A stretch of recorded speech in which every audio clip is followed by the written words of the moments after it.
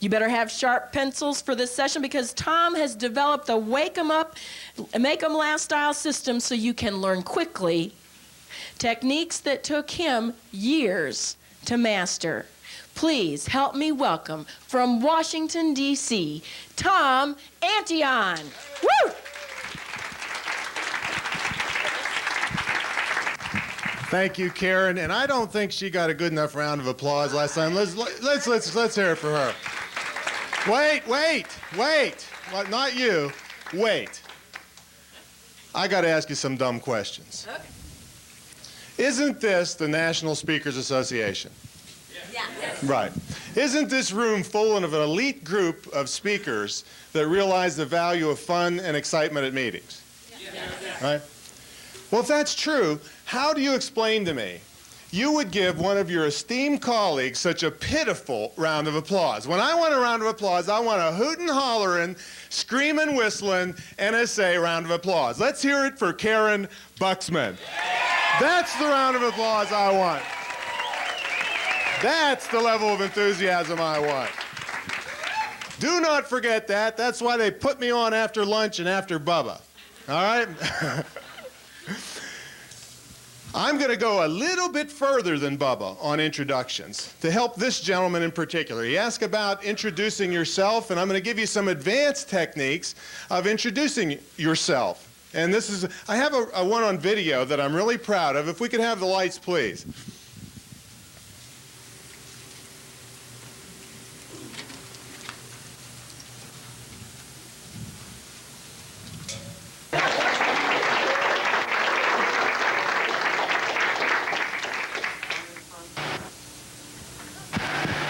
Well, you can see when I'm on the job, we have fun.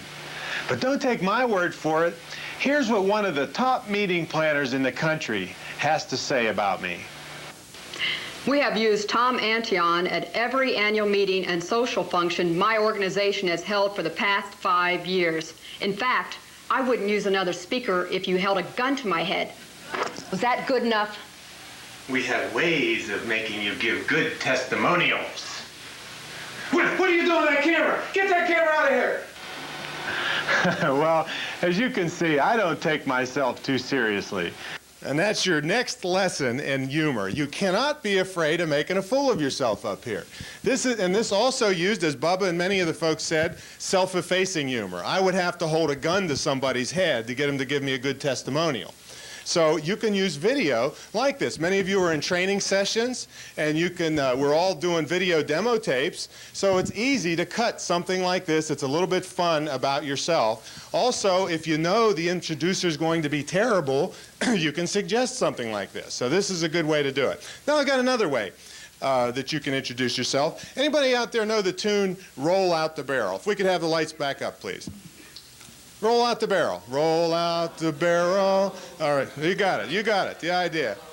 All right, now, pretty much everybody knows that. Now, which one of you out there is the worst singer in the history of the world? The worst. I know you are, because you were at the chapter when I did this. Who were... You, come on, would you mind risking your professional reputation and come up here with me? Come on, let's give him some enthusiasm, help him out. Wait a minute, where's that level of enthusiasm? Let's give him a round of applause. Yeah. All right. Now, what I'm going to ask you to do, we are going to practice a musical introduction for about 15 seconds. You know, that was why I got you up here. Okay, right. So I would like you to just say hello to your neighbor and tell them about your children's birthday party or whatever you want for about 15 seconds, and we'll be right back.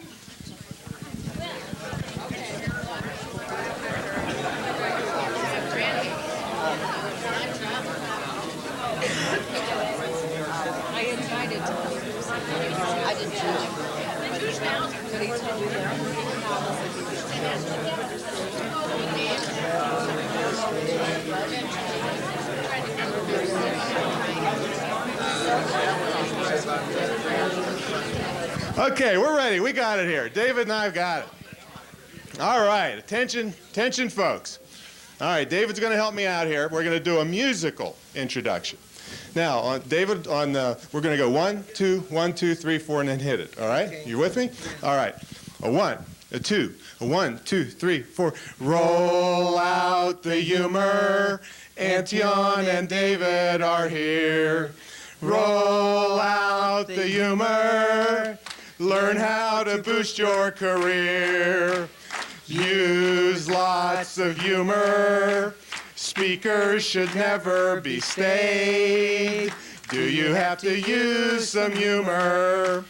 Just if you want to get paid. All right, let's hear it for David. All right, good job. Hold on, David. Here you go. Here you go, David. Here you go. Here's a gift for you, bud. All right. Good job. Now, don't do this in front of a group that a guy from, I think it was the Indiana chapter did. He forgot all the details I told him about the size of the group and what you can get away with, the audience makeup. He tried to do this in front of a group of 15, that's too small, CPAs and attorneys, all male, vying for a piece of big business at a company. No, this is not good. Matter of fact, my second chapter I ever did, San Diego chapter, I had an evaluation, anonymous of course, that said some of Mr. Antion's techniques are a little bit hokey. And I will agree with that wholeheartedly. If you take a wild thing like that and do it in the wrong setting, you probably will never be invited back. But if you are not capable of pushing the limits, as Bubba said, or going to the edge, when you have a group that just broke all the sales records and they're ready to swing from the chandeliers, then maybe you shouldn't have accepted that job. Maybe you're not ready to really do an exciting presentation. I did one for, or I'm working on one for Meeting World. It's a bunch of meeting planners to the tune, I'm a Yankee Doodle Dandy. It goes like this. Oh, we are professional meeting planners. Planning meetings is our thing. We book the hotels and we check the room. All right, that's all I got so far. But, you know, it's coming along. It's coming along a little bit. And you don't have to have somebody up front. That could be in the handout where everybody is singing, okay? And just watch your audience profile. You put that in front of a wild group that broke all the sales records, in front of nurses, a high percentage of females. I'm also in agreement with that they laugh easier and they're willing to have fun with you. Lots of ways you can use that. So that's a way to use a musical introduction. Now, how would you like a trick, not a trick, a technique and a trick that would make every other speaker in your time slot mad at you, but your room packed? Anybody would like to hear about that? Yeah? Now, I don't do it to make every other speaker mad at me. I do it because I'm a real stickler. If you got the guts to walk in the front door of this place and call yourself a pro, well, then you better do the things that pros do. And that means preparing and going the extra mile. Here's what I did at a convention one time. I was speaker on at 7 a.m. the next morning, sunrise session. Not a good time slot for me. I don't like that. The people were not awake yet. So, banquet the night before. Did I eat? No, I didn't eat. There's 100 banquet tables, probably 1,000 people at this thing. I don't know exactly. I spent my whole time, I went and stole a bunch of these cups from the hotel, and I went table to table, and this is what I did. I need a little help here, Carol. I want you to hold the microphone. Pay attention to this. This is a very critical, on this side, please. All right, I want you to hold this microphone to my armpit. All right. See the cup there? Watch my hand. I went table to table. Did everybody catch that? I just a simulated goofy trick. I went and introduced, thank you very much. Let's hear it for Carol. There you go. I went table to table. And I did that as kind of an icebreaker. Hi, I'm the speaker. Look at this funny thing. And I did it, and everybody's going, oh. And I'd say, you know, my session's early in the morning, but you're going to get some really good things out of it. And I named 2 or 3 benefits that they'd get from it. I went to 100 tables. 7 o'clock a.m. session, right? 6:30 a.m., it is standing room only. There is 200 people standing outside ready to riot because they didn't get into the early session. The meeting planner comes begging me to do another session later in the day. All the other speakers are mad because their sessions are all empty, all right? This is what it takes. Be with your people. Matter of fact, I'm going to take Bubba's thing about introductions way further than he even did. Because many of us that do customized work, we can't just show up and say, well, we don't know about you, like a comedian can do. But what I did is just spend time with the people ahead of time. It's my goal to have them love me before I get into the state that I'm speaking in. All right? How might you do that? Yell it out. What's that? Just talking. Introducing yourself. Well, I'm talking about before I even get in the state. How do I do it? Newsletter would be a way. What else? Interviews. Right. She saw me. A minimum of 7. I bought the book. What's that? A minimum of 7. I bought the book. I go a minimum of 15 now. I interview by telephone minimum of 15 people in the audience by telephone before I even go to the event. I'll tell you what, you cannot believe the benefits from this. 1, they will give you all the inside things that are happening in the company. 2, if you're a little nervous about speaking, you already have friends and you know who the fun people are before you even get to the event, and they will be looking for you as the speaker and wanting to meet you before the program. I get there really early. I was here today, 7 o'clock, the first one here, to make sure all this stuff worked so that I could spend time, hello, how are you, to everybody. And I locate these people, and then I sit them right where I want them. Oh, hey, Karen, how you doing? We talked on the phone, you remember? Oh, we had such a good time. How about sitting right here, and I might have something for you to do later, okay? Sure. So I got somebody friendly right there and I place them all over the audience. This is all prior to even getting there, setting this thing up. Then they will give you here's the technique I use to hit a home run every time, because when you start raising your fees and you get high expectations, you better be good every time you go there. Here's how I do it. During the interview, what I do is I ask the people not only what's funny going on, I say, what are the 3 biggest challenges you face in your everyday duties? And I just let them talk. And I write feverishly. When you do this 10, 15, 20 times, you start getting trends of what are the biggest problems that they're facing. Then I bring my experience from going to 84 different industries in my career and address those top 3 problems. Instantly, you're right on target to what they need to know about. Okay? That's how you hit a home run. You just don't show up, or you just don't send a pre-programmed questionnaire and say, well, that's interesting, we're challenged with a little morale problem. Not enough. If you want to be sure that you hit the nail on the head, boom, deep pre-program work, okay? But that little trick in going table to table the night before, you get there early and get to know people and have fun with them, your sessions will be packed if you do that. All right? Great. All right, now, yes? Phone interviews. How long do you have? I try to tell them right up front that it'll only be 5 minutes. If they go over 5 minutes, at 5 minutes I say, listen, my time is up. If you'd like to keep talking, I'll stay here all you want. And so you're very protective of their time. Other things I do, I'll send an email to everybody, depending on the size of the group, or I'll give it to the meeting planner and have them distribute an email. Tom says he's so happy to come see you, and he guarantees you he will not waste your time. So we'll look forward to, and I give them my email address so they can send input. Because what really cracks me up is somebody will call you and say, well, we've got some people that are kind of know-it-alls. They're going to be negative. They don't want to be there. I just laugh at that. I say, put an asterisk next to their name. And I don't tell anybody what that asterisk means, but that means trouble. And I definitely call those people, and I ask them for their opinions on things. I get positive quotes out of them if I can, and I make a custom overhead with their name on it and show it during the program. All of a sudden, all these people that were supposed to be hardcore negatives, oh, Tom's a genius. You know, he's using my information. And then I give them the custom overhead as a gift. Now, what person in their right mind is going to trash you when you're using their ideas? Okay, think about that. So you're taking care of all these details ahead of time. It's all pre-program work. It's all what being a professional is all about. Okay, so phone interviews, emails, send them notes, get an article in the newsletter. All these things will keep you out of trouble and give you information that will make you hit a home run every time. All right? All right. Okay.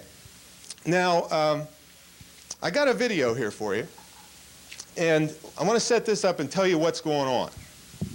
What I did is I think about 6 years ago, I shot some information in a demo type setting. So it was a chapter meeting, and it was pretty much set up because you were able to control the seating and all this logistic parameters, and I put a whole load of techniques in.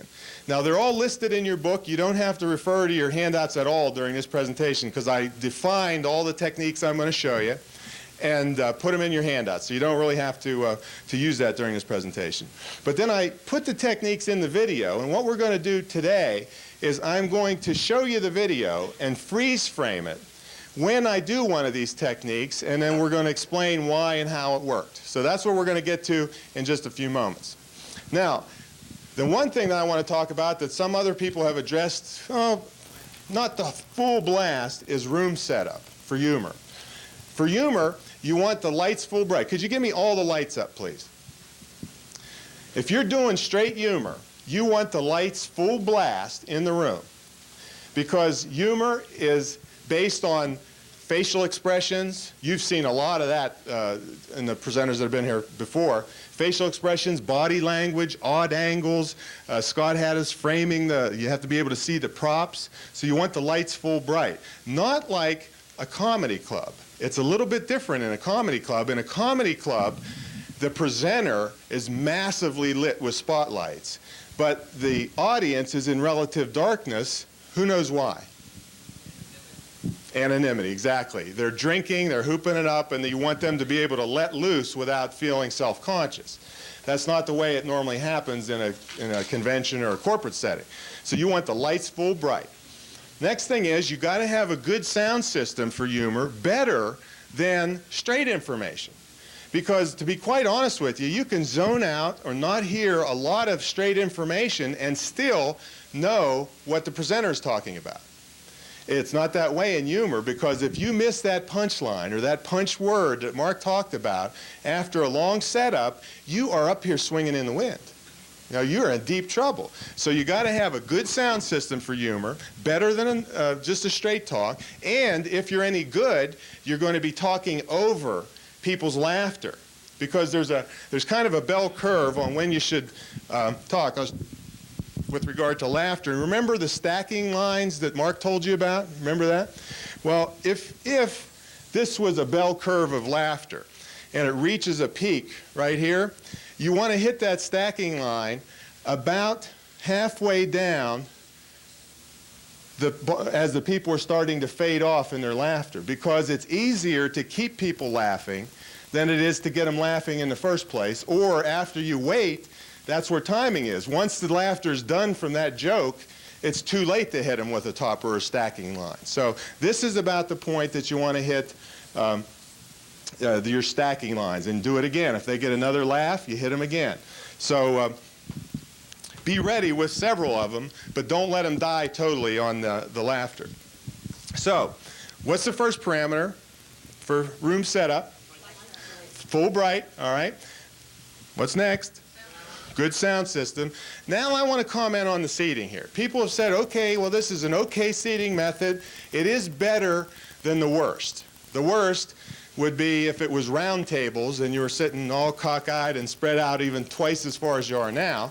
This is a little bit better because you have classroom tables, and the only reason that makes it a little better is because you're closer, and someone was smart enough to angle them a little bit so that, what Scott said, you can see different faces of people in the crowd. All right?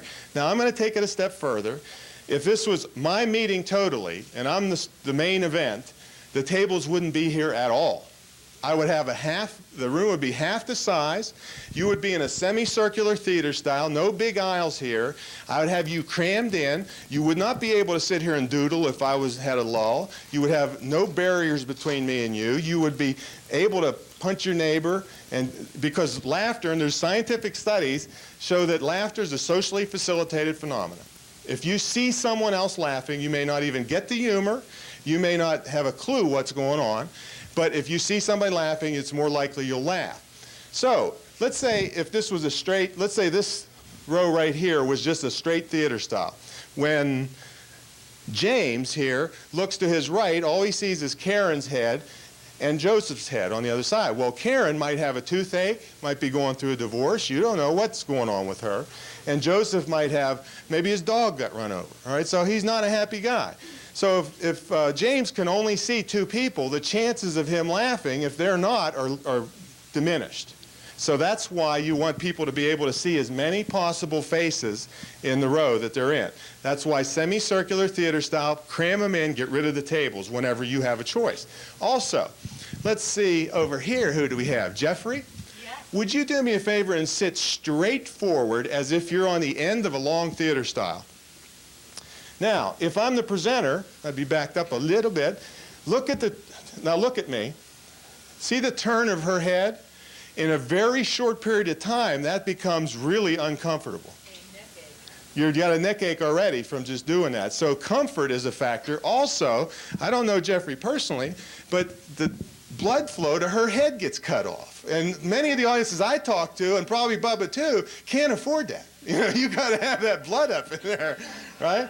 So, and that is true. Scientifically, it'll cut off the blood flow, make her uncomfortable, make her zone out on you, because this is called wake them up and make them laugh. So you want to make sure your audience is comfortable. You can turn back, please do. So give me the parameters again. Room setup. Lights, full bright. Good sound. Semicircular seating, theater style, if you can get it. Cram them in. Any questions on any of that? Yeah, quick question on the lights. Yes. You mentioned at one point that dark lights in comedy clubs are great because the audience can laugh and they're hidden, if you would. Yet you want to have bright lights. Why do you want to have bright lights? Why not just have the lights focus on you, the audience a little bit dimmer, so they're more open about laughing? Well, because the reason they want to be anonymous is because they're drinking. But in the corporate setting, I want everybody to be able to see as many faces as possible in addition to the presenter. So the more faces they can see, the better chance you have that there's going to be one wild giggler that everybody can see or hear, and the fact that you had a dog run over and she had a toothache is not going to affect James from laughing. Okay? All right? Sometimes you got to get tough on this. The meeting planners, you have to educate them nicely because it's more trouble for them. They don't want to hear it. The people in the hotels, you know, see, they don't have this kind of carpet in hotels. They have carpets with patterns on them, so that, and part of the reason they can line up chairs in a straight row, boom, really fast. Well, guess what? Nobody ever is going to get mad at the room setup person if you bomb. Nobody ever. So that, right? They're not going to say, well, gee, no wonder the chairs were set up wrong, you know. So that's why you get there early. It's never right. A room is never right, and you check off all these little details because details will kill you, all right? Okay, we're going to go to the video, and we're going to pick it up. I'm going to give you another advanced tip on introductions. We're going to pick this video up about 3/4 of the way through the introduction. And we're going to use, and this is the technique, you put test humor in your introduction. Now, Bubba, as a comedian, is going to have several laugh lines in his introduction. If you're a straight corporate speaker, I don't even call myself the humorist. I'm an entertaining business speaker. I'm booked business content, but it's going to be a lot of fun.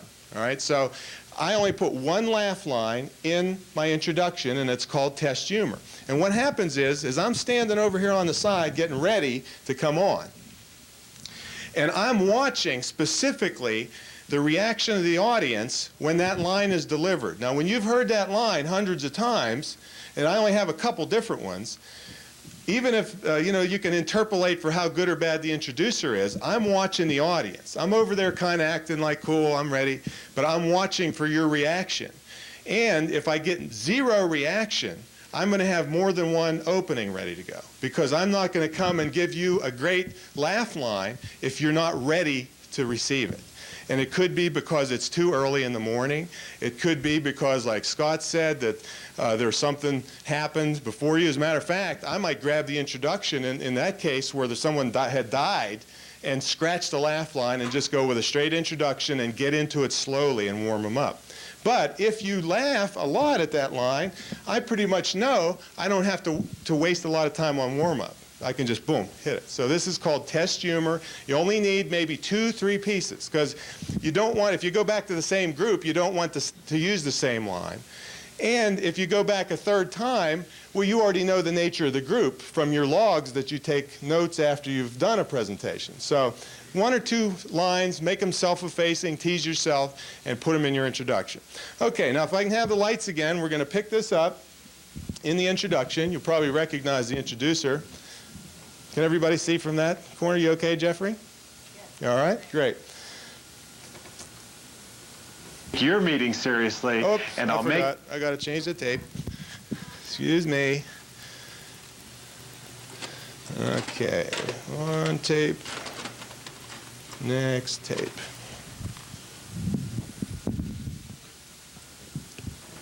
With enthusiasm and lightheartedness in the workplace. Tom is a frequent keynote speaker before all types of business and civic groups. The last time he spoke, the audience was glued to their seats. Well, Tom did this to make sure no one left. Okay, that was the test humor. Now let's also see a really great example of pausing that Mark talked to you about before the punchline. You pause before a punchline, you punch it out, and you pause afterwards so that they can laugh. His consulting firm, Antion and Associates, helps companies and personnel realize the great benefits associated with enthusiasm and lightheartedness in the workplace. Tom is a frequent keynote speaker before all types of business and civic groups. The last time he spoke, the audience was glued to their seats. Pause, pause, pause, pause. Well, Tom did this to make sure no one left. Pause, pause, pause for the laughter. If you don't pause, that's called stepping on your laughter, and the laughter can be squelched immediately if you start talking while they're laughing, all right? Discover a lighter and more profitable way to manage our business is Tom Antion.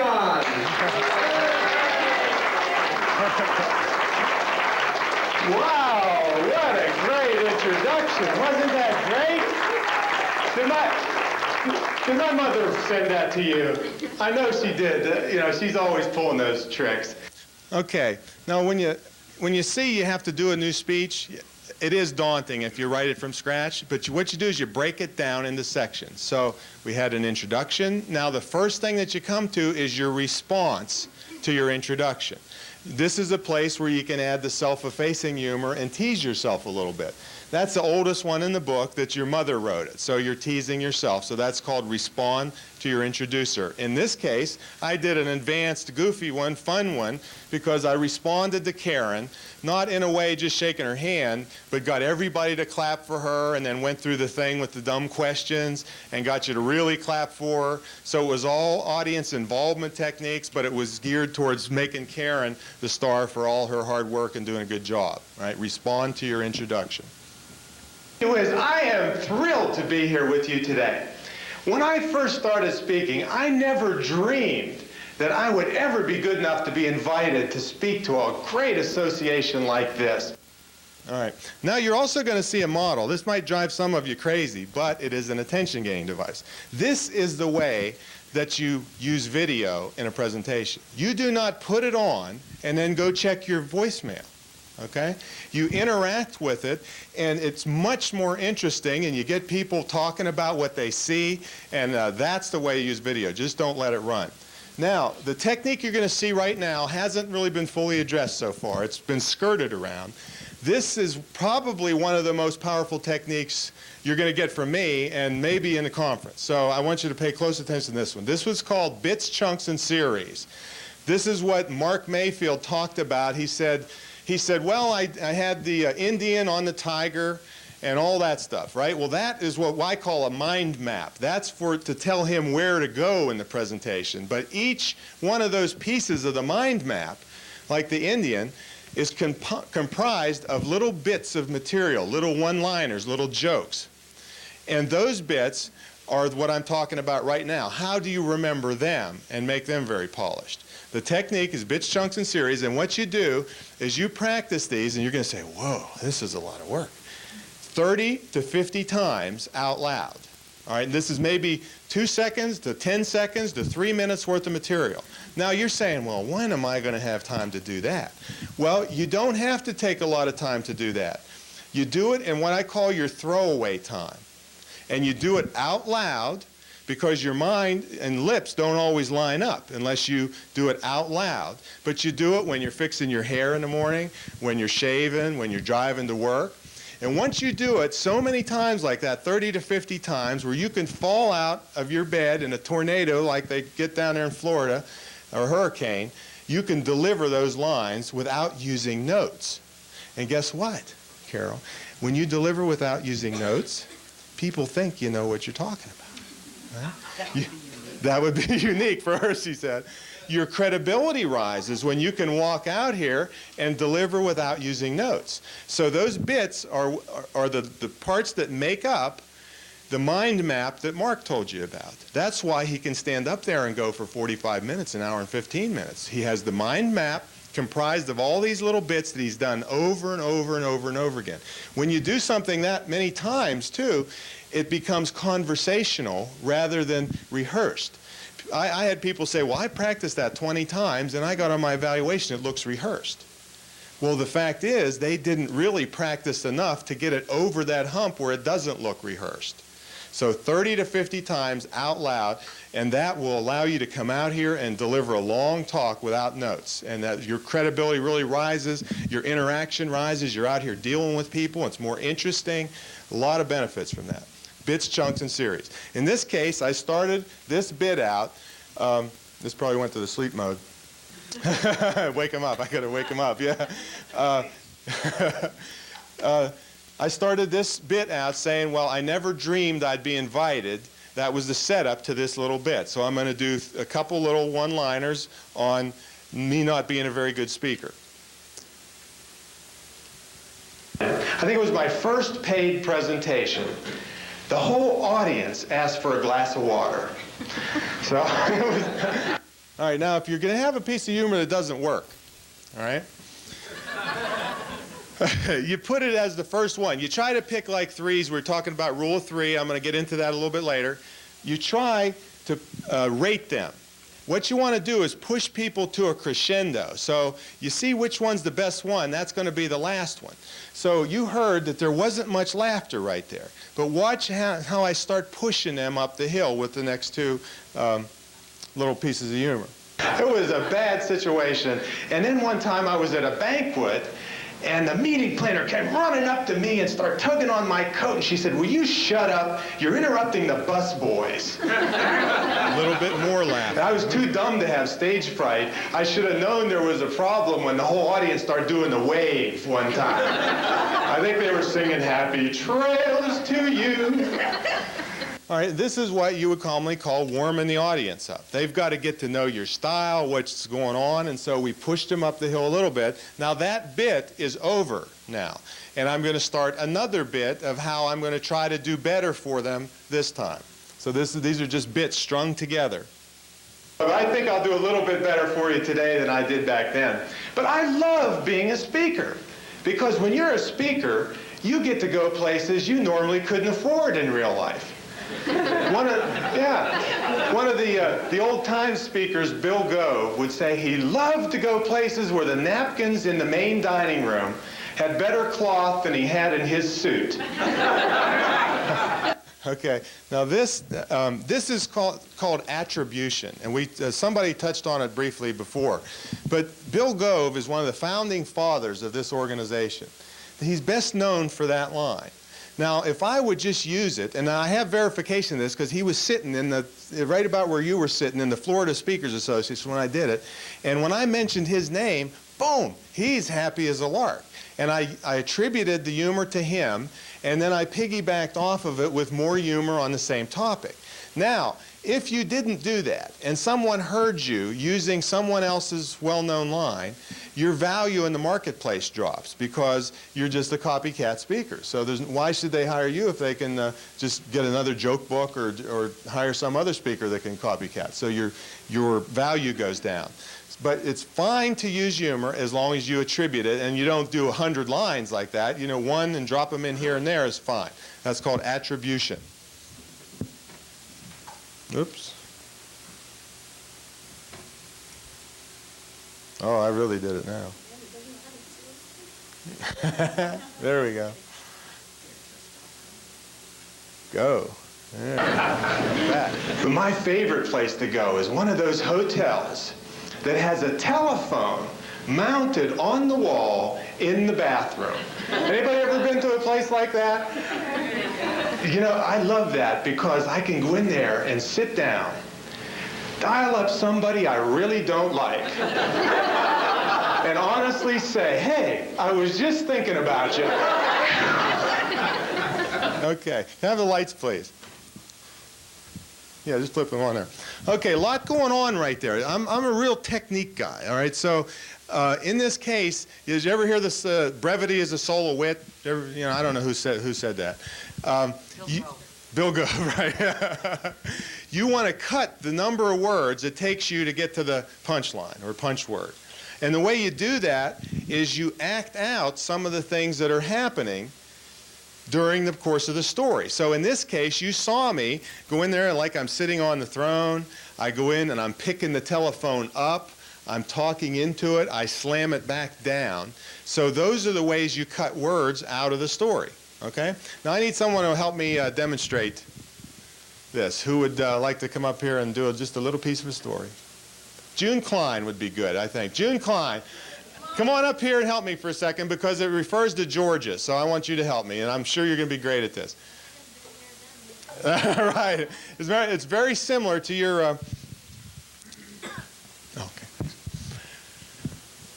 Yes. Okay. What I want you to do is, remember you were talking... Come over on this side, please. You remember you were telling me about speeding in the state of Georgia, right? Yes. Okay, well, what I want you to do is you be the character in the car speeding and driving and telling us about it. And you see the person stop you, and you look up here meekly because you know you're in trouble. And then I want you to switch characters and then be the cop and switch your voice inflection and the way you look and get big and look down and say, girl, you in a heap of trouble. Okay, that's your job. You got that? You're driving, you're going to tell us all about it, you're going to switch characters during this story. All right? Okay. All right, here's the mic. Okay. So I'm going down I-75, and I'm doing 75. Tell them. I'm doing 75, and all of a sudden, the blue flashing lights are in my rearview mirror. So as the officer approaches my car, girl, you in a heap of trouble. All right, that's pretty good, right? No, don't leave. Yeah, let's hear it for her. That was pretty good. All right. Now let's make it a little better because really you wouldn't be holding a microphone, so you want to simulate exactly what's going on. You want to get small because you know you're in trouble. You know, your elbows in tight. You got your hands on the wheel, and you're looking out there and you feel bad, and you're looking up at the cop with a meek voice. And then when you switch, you get big and say, girl, you're in a heap of trouble. Okay? Got it. All right. Okay, got it. So I'm driving down the road. I'm doing 75. And now I'm really scared. Don't look at me. Because it's deja vu. Don't look at me. I know. He does want me. Okay. So I'm going down the road and I'm doing 75, and I look up and there is the lights. And There you go. well, okay. So I'm going down the road and I'm doing 75, Act it out. and now here is the little blue lights in my rearview mirror. That's better. Those big eyes. Yeah. Well, you got to be the cop. Oh. Okay, the kicker. Get your pants hitched. Yeah, right. Yeah, there you go. Get everything arranged, June. Big belly. Little lady, do you know what the speed limit is? You're supposed to respond. No, you're doing it by yourself. You're the both characters. I'm doing all this by Yeah, myself. that's the idea, to learn how to change. Okay. So there, Girl, you're in a heap of trouble. girl, you're in a heap of trouble now. Make your voice lower this time. Real low. Girl, you're in a heap of trouble now. All right. Let me give you a gift here. There you go. Here's a gift for you.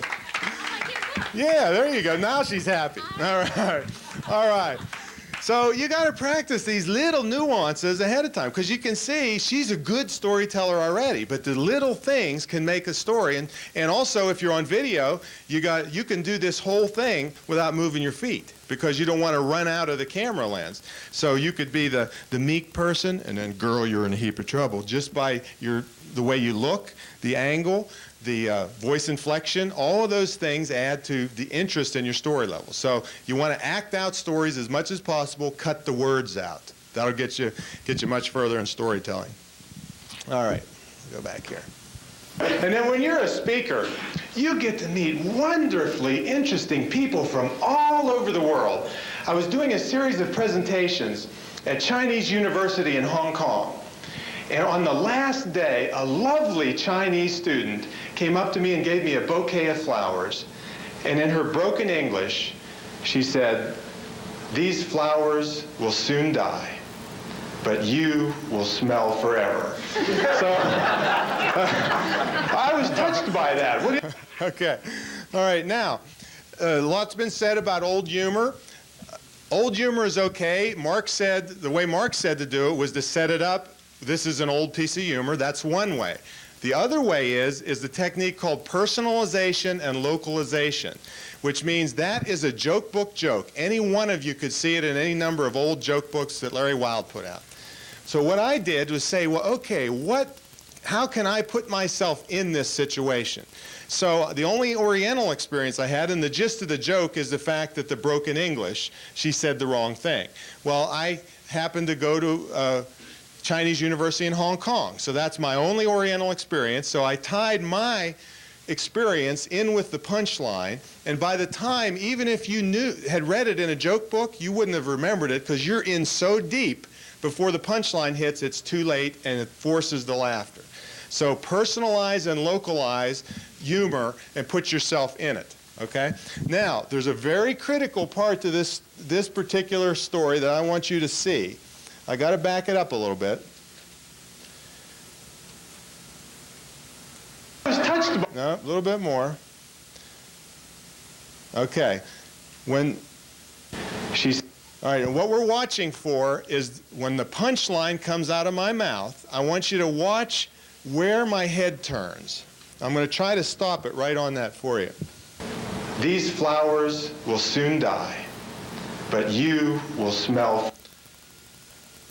You deliver a punchline to a person, and you deliver it to somebody you know is going to laugh. All right, so I looked specifically at one person, right in their face, and delivered. Now, how might you know the people that are going to laugh? Lots of ways. What's that? I might have talked to them, and I know where they are, right? How else? I've been observing them as I went. How else? The test line I'm watching. How else? What's that? I might bribe them. I'm not above that, right? How else? That could be, and in certain cases, if you really had a tough audience. How else? This is a simple one. You probably all do it all the time. Yes? Laughing all along is one, sure. Then eye contact and shaking the head is a big one. Those are the people. The mother, yeah, you know, I had my mother with me in Norfolk. That was a good one. But yeah, you get the people that are with you and shaking their heads, and they're leaning forward in their seats. You watch the body language very carefully. Yeah, this lady just yawned. You think I'm going to let you get away with that? Are you kidding me? Wake 'em up, guy. See, she's not going to yawn again. No way, right? That's another thing. When I get on a roll, I have to throw in lots of other things. Do not ignore distractions. Distractions can be some of your biggest fun things. One time I was introducing Paul Karasik, and I don't know if you know him, he's a big seminar leader guy. And I'm reading the introduction, poor room setup. Right behind me is an entranceway to the maintenance area and the thermostat. Soon as I start, maintenance man comes in, starts fooling with the thermostat, right? All right, so if I would have just stood there and read the introduction, everybody's looking at the thermostat. Terrible introduction. So I go over here, and first of all, you don't pick on people of a perceived lower status. So I just went up, "Hi, how are you? I'm Tom. just having a little meeting here. How you doing today? Just talk to them a little bit on the microphone. Everybody's hearing this. I said, would you mind reading this for me? He did a beautiful job. The place went nuts. Way better than if I would have tried to force the introduction over his distraction. So you look for distraction, and that's where these planned ad libs come in, but be ready to go with it because it can be some of your best sources of humor. And if you just keep talking over it, nobody's going to hear what you say anyway, right? So watch for distractions when people sneeze or all the things that Scott was telling you about, you know, have things ready to say or do when a distraction comes up. Okay. Anyway, deliver to a person. That's a very critical point. So, lights again, please. I was touched Stephen, by lights, that. What are you laughing about? But I hope you like to laugh. I hope when you go back to your businesses and your departments that you can laugh and communicate with your employees and coworkers. And we all know how important communication and open and accurate lines of communication are in our business, don't we? All right. This is the formula for making a point with humor. Now, as many of you have addressed, humorists normally make a point with humor. Now, when you get to the comedic level where it's high percentage, 80, 90% of humor, out the window. Just get them laughing. But if you're using this as a tool, see, I go in as a business presenter. I don't go in as a comedian. And the laughter it's actually easier that way sometimes because the expectations aren't as high. But you usually use the humor for some specific purpose, in this case to make a point. The formula is you make the point, you restate the point in a way that may be comedic. It could be a one-liner, it could be the use of a prop, it could be a story, a visual, a funny visual, and then you restate the point again. So they've been hit 3 times with it. That's almost, you know, you hear threes all the time. That's what the lady in the back asked about yesterday. So you make the point, illustrate the point, and it could be a serious story. The same formula works for serious information, and then you restate the point. Now in this case, we don't have time to see this whole story, but I just used a funny communication story and then restated the point. So we're going to fast forward a little bit through this. This is the Allied forces. All right, we'll get through this.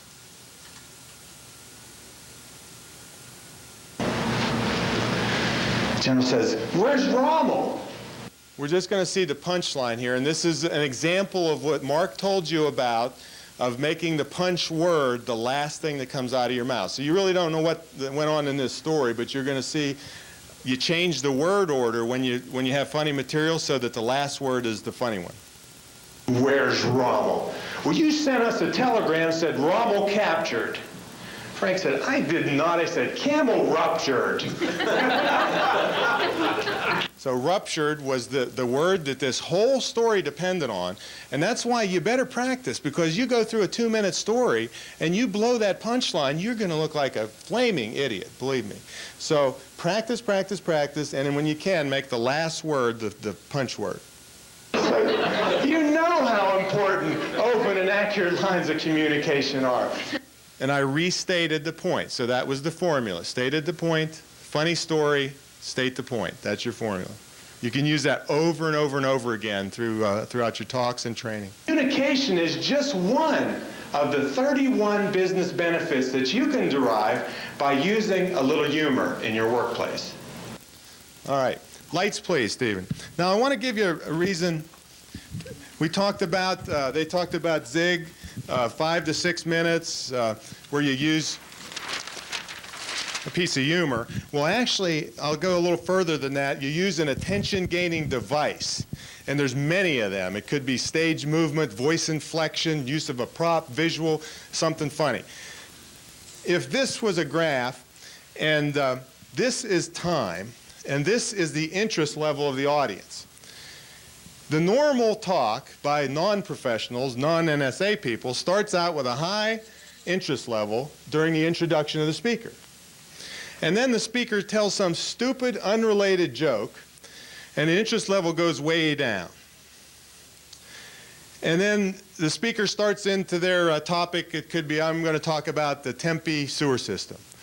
And the interest level goes way down. We're down. Then, at whatever time like this is, you get a sharp rise in interest, and that's pretty much when the speaker says in conclusion, you know, and people are putting their shoes on and getting their purses and getting ready to leave. And then the speaker just fades off into oblivion. This is no good.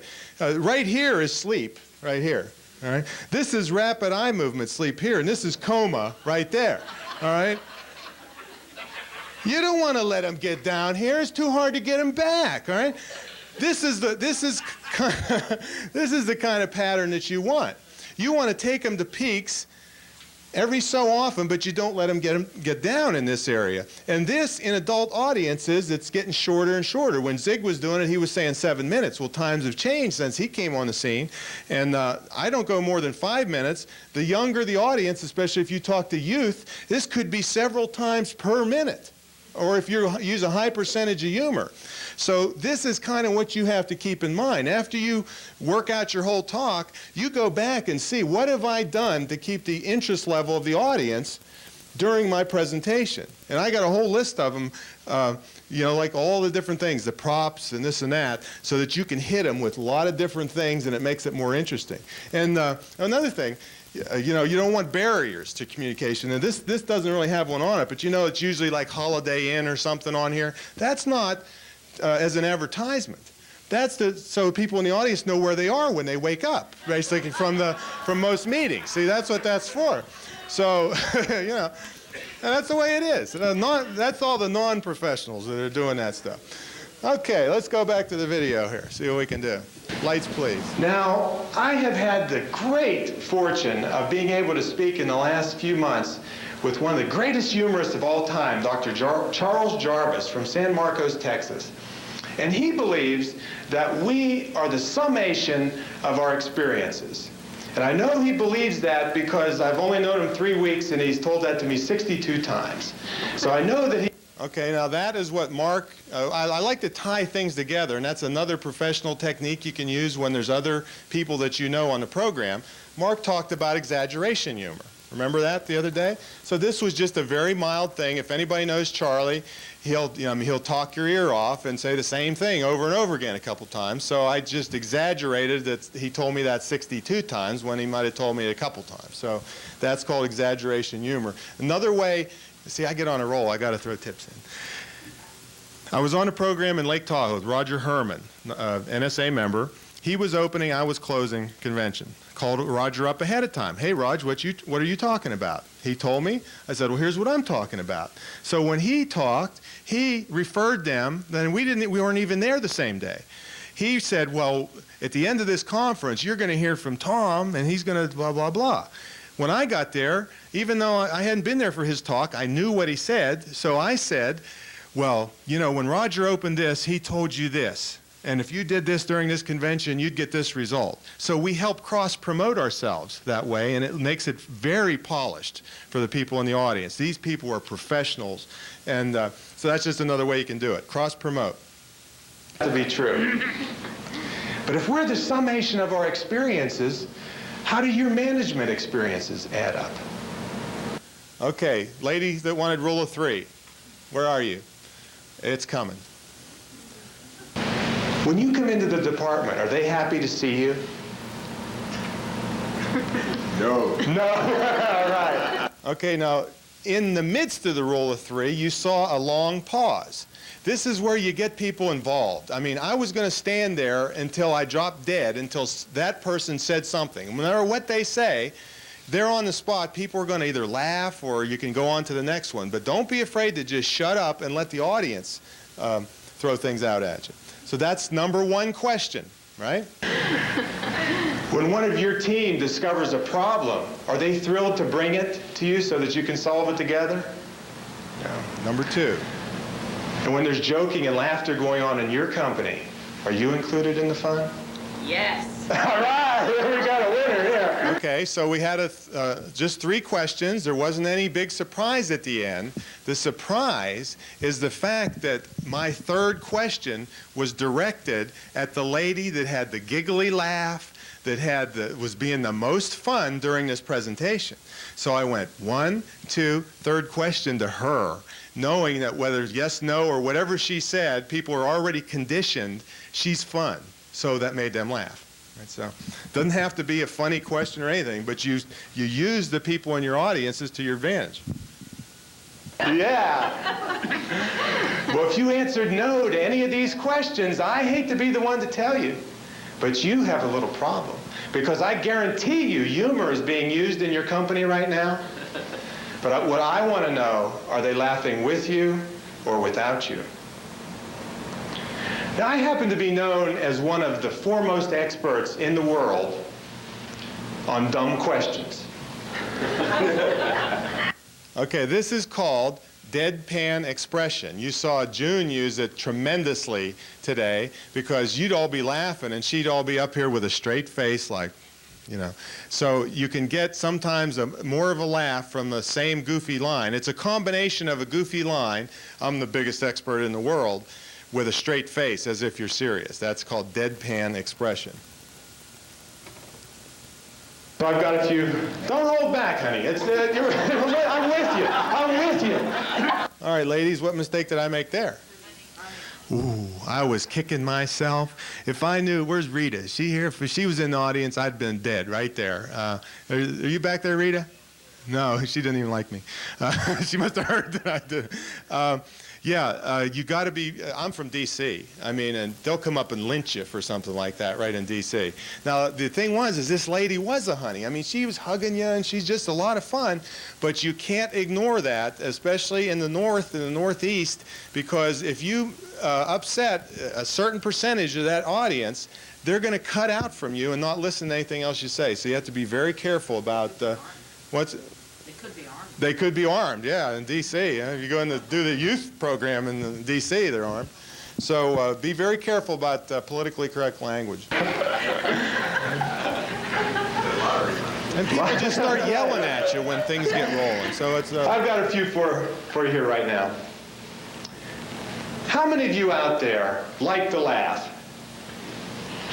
Isn't that amazing? Rule of 3 coming again. Watch it. You see it all the time. Everyone. Got another dumb question for you. How many of you out there like to be around people that like to laugh? Oh, I would have never guessed. Would you look at that? Almost everybody, right, Suzanne? That's right. Another dumb question for you. How many of you out there like to be in a work atmosphere that's conducive to laughter and productivity and camaraderie? Let's go. God, they're throwing things at me. Of course you do. All right. This is where the guy from San Diego said, "Can I have the lights, please?" Said, "All right, you're hokey." This is called an audience gag, and I want to explain to you what went on there. And you be the judge whether this is hokey or not. What I did is that during the break or before the program, I went to a bunch of people and crumpled up just a piece of paper and said, "Karen, would you throw this at me when you hear the word camaraderie?" Sure, no problem. And went around to a whole bunch of people. Guess who was riveted on every word I said until I said the word camaraderie? Okay? Every person that had one of those. Then, the next step is that when you can create convulsive laughter like Bubba and Scott and get people really laughing hard, the people that are zoning out on you in the audience, and you can't keep everybody's attention every minute. You know the statistics about they can think faster than you can talk. So naturally, people were zoned out and bored a little bit. But when you get a convulsive laugh, everybody that, oh, is like, what's going on? So at that moment, I had every single person's attention in that audience, and that's when I delivered the most important point that I had to make. Is that hokey? All right. In the wrong audience, it might be, but in a fun audience, you force their attention at the time you want to make your biggest point, and it's a lot of fun. Everybody's laughing and goofing about it. There's other ones, like you could have someone come up to you and hand you a note and say that there's a guy coming in, the police are coming in, and somebody's here with somebody else's wife, and you've already put people in the crowd to jump up and run out the door, you know. So a gag that you've set up ahead of time, and it's a fun thing, it's a big attention getter, but it's just simply called an audience gag, and there's lots of little ones that you can do. But I had everybody's attention at that moment. Okay, lights please. These are such dumb questions. Why is it that we sometimes forget that our employees feel the same way? So that was the biggest point. If you like to laugh and you like to laugh and everybody likes to laugh, why wouldn't you think as managers that your employees would like to laugh during work? Humor in the Workplace program, very simple. I'll help you with this a little bit. When I snap my fingers, I want you to all to yell out, "Hey, Tom, why do we do that?" Ready? Hey, Tom, why do we do that? I don't know why we do that. Sometimes I do it myself. Okay, another attention-gaining device. You get people to yell at you. So let's try it right now. When I snap my fingers like this, I want you to all to yell out, "Hey, Tom, you're a jerk." Okay? You do that? Ready? Hey, Tom, you're a jerk. Well, so I guess you got that point. Huh? Biggest rise I get out of you all day. Right. Okay. So basically, you know, I'm a technique guy. I hope you can see that by now. I'm not going to stand up here and tell you to be with your audience, you know. Anybody can do this. It's a series of techniques and practice that will allow you to do this. This particular one, you just have to give them the cues. So the snapping the fingers and going like this is the cue so everybody yells at one time. Very simple. If you don't have a handheld mic, which I'm a big proponent of, and I guess Bubba is too, you would just snap into the microphone here and then give them this cue. Just a different cue, so they all yell at one time. So, okay, let me talk about, I'm on a roll again, handheld microphones. Who uses handhelds exclusively? Not very many of you. Let me tell you what I think about handhelds. And other than Scott, who does heavy magic, I don't believe there's anybody in here that cannot use a handheld mic more effectively than a lavalier. And don't tell me, well, I use overheads. Well, so do I, and I got one in my basement. If I'm going to use them, I practice with the mic and how everything goes so you look polished because the person in front of you look really pitiful. And if you do it right, you're going to look great. Now, handheld microphones, some advantages. First of all, in small rooms like this, we don't have a sound person ready to take care of any little sound problem. So all you have to do is if it's too loud, drop it down a little bit. If it's not loud enough, you get closer. You have control over the sound in most of the smaller settings that you use. The actual insides of the microphone is bigger and better sound quality. So that's another advantage. Another advantage is I can come over here and talk to Karen and interview her. Hi, Karen. Where are you from? Denver. Denver, Colorado, Mile High City. I spoke there once. It was really great. So you can interact with the audience, which is an attention-gaining device, and you don't have, now June made, you know, you can do it, but it's a little tougher, politically correct to talk about. She did it with a female talking to my chest, but she would have been a little bit on the edge if it would have been a male coming up and doing that, all right? So this will get you out of that problem. So there's lots of advantages, and also when sometimes you only have one mic. So you know how people are always trying to switch, the introducer is holding the thing up like this, and then you got to stop in the middle of your exciting introduction and put the thing on. So all of those are eliminated with a handheld mic. You shake hands to them, take it, and you're on your way. So a lot of advantages to that. Okay, where's my thing? Here we go.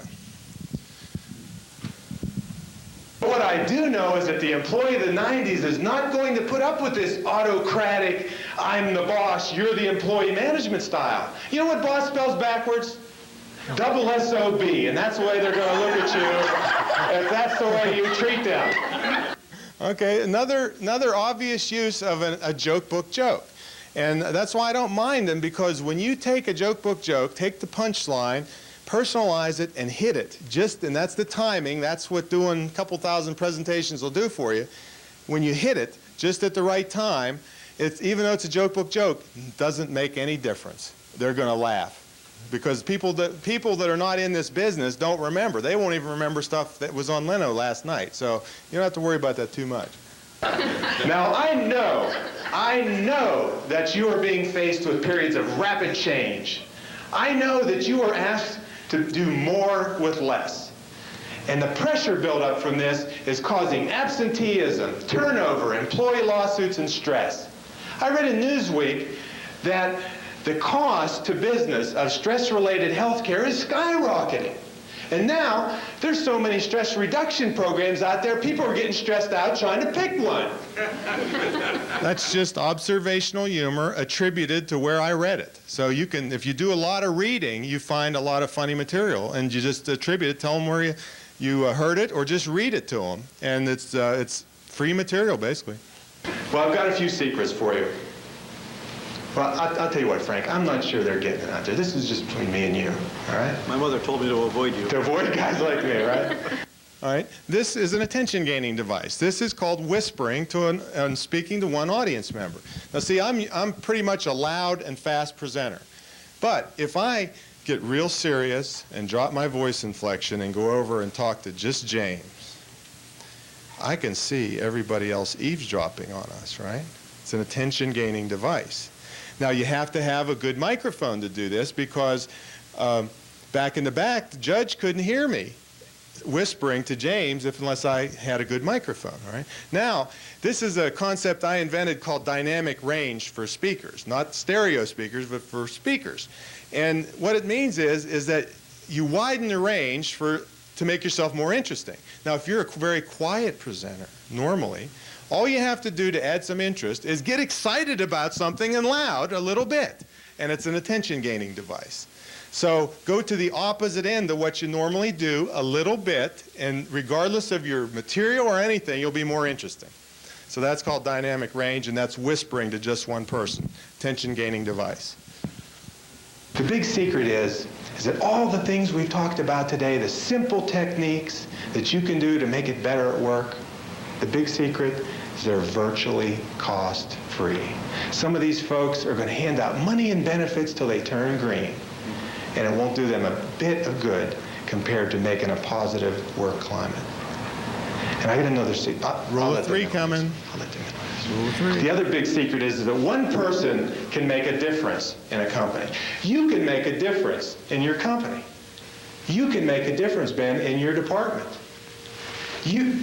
Well, not everybody can do this, all right? Most people can make a difference. You don't all right? teach I know somebody that. you don't know. Well, my time with you is growing short. Oh, this is an important part. Okay, all NSA board members, this is see no evil time. This didn't happen, never happened, it's not on video. This is going to be, and don't ever tell anybody you saw this from me. This is the cheapest, sleaziest way to get a standing ovation you'll ever see right now. But you didn't see it from me.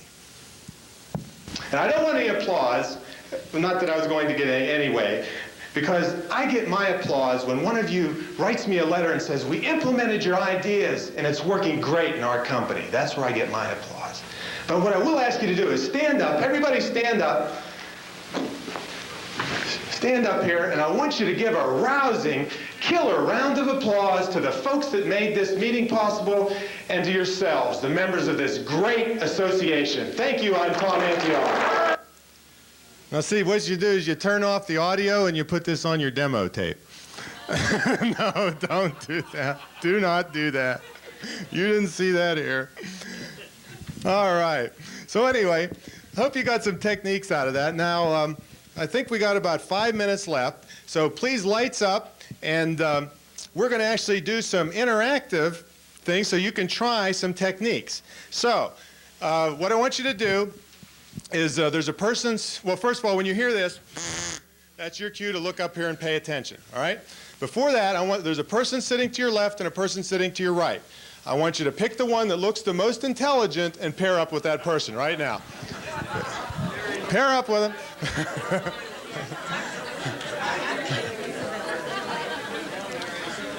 Okay. All right. If there's any of you left over, well, I guess you didn't look too intelligent. All right, I'm going to give you a couple of these techniques, and you just practice it. This place is going to be chaos here for a second. A lot of noise. Don't worry about it. We don't care. One of the techniques would be to act out a story. So if you have a little piece of a story, get with your partner, stand up, and act it out. Act out the characters. Another would be think of something to have the audience yell at you, and practice doing the cues and yell at each other, and it's just going to be chaos in here. So that's probably enough. Okay, you can either have a little piece of a story, or you can get somebody to yell at you and practice the cues of doing that. Stand up and hit it and make all the noise you want. We don't care. You have about 3 minutes.